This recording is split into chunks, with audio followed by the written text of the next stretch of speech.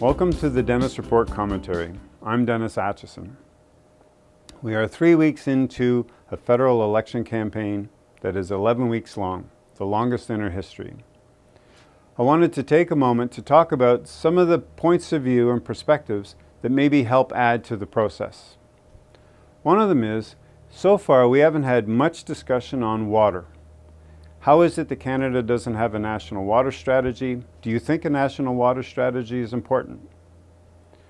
When it comes to voting, there's an awful lot of narrative on social media especially about getting out to vote, about the 40% that don't vote, about how bad governments are elected by good people who don't vote. All these fun cliches, phrases, and sayings. But here's some thoughts on voting that maybe help loosen up the process and help encourage you to go out and participate this time. One of the things you'll hear a lot about in the last weeks of the election is a phrase called vote splitting. Here's a thought. At the beginning of any election, like at the beginning of any sports season, it's a level playing field. You get to vote for who you want to vote for. Your vote does not belong to anybody. It is something that you have that you decide to create the next government with. So when they get into talking about vote splitting, it is very much an old paradigm that maybe needs to be let go right now, so that the 40% who don't participate feel that their vote actually counts. And it does count. Another piece of this whole mythology and current voting patterns is that you're voting for the leader. In simple terms, you're voting for the person in your riding. That's the connection. And that person needs to know that their responsibility is to represent you in the House of Commons up in Ottawa.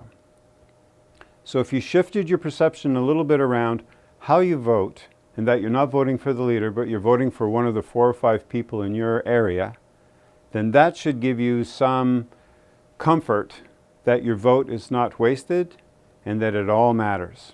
Another piece in the puzzle as a thought or an awareness about the 40% who do not vote is that the political parties and the way they're currently structured and the current way they approach elections is that they count on their registered members getting out to vote. That's the phrase, get out the vote. They're sort of counting on the 40% not showing up because it would skew the numbers.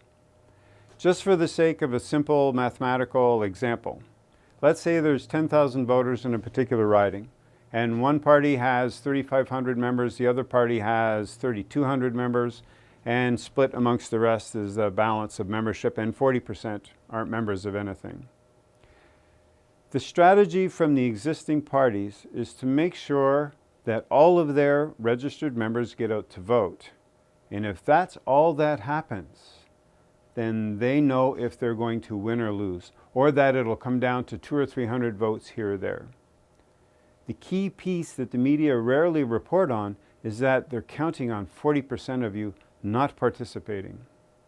So if ever you needed a motivator to go out and vote, it's to skew the numbers and skew the logic and be part of the process again.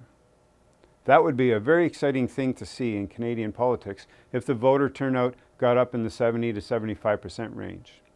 It probably would give you the government that those of you who don't vote wish that you actually had. Those are just some few thoughts on voting in this coming election. I hope it helps. We will also put down below here Elections Canada website link, and it's very simple to make sure if you're registered. Please go put in your postal code and it'll tell you if you're registered or not and give you the steps necessary to make sure you are registered. Please trust the information from Elections Canada more than any phone calls you might receive. And if you still have questions, talk to your neighbors, connect with your community, and find out where you're going to vote and what the timing is for advanced polling. Again, thanks for your attention. Hope you all get out to vote, and I hope Canada has a great election this time around.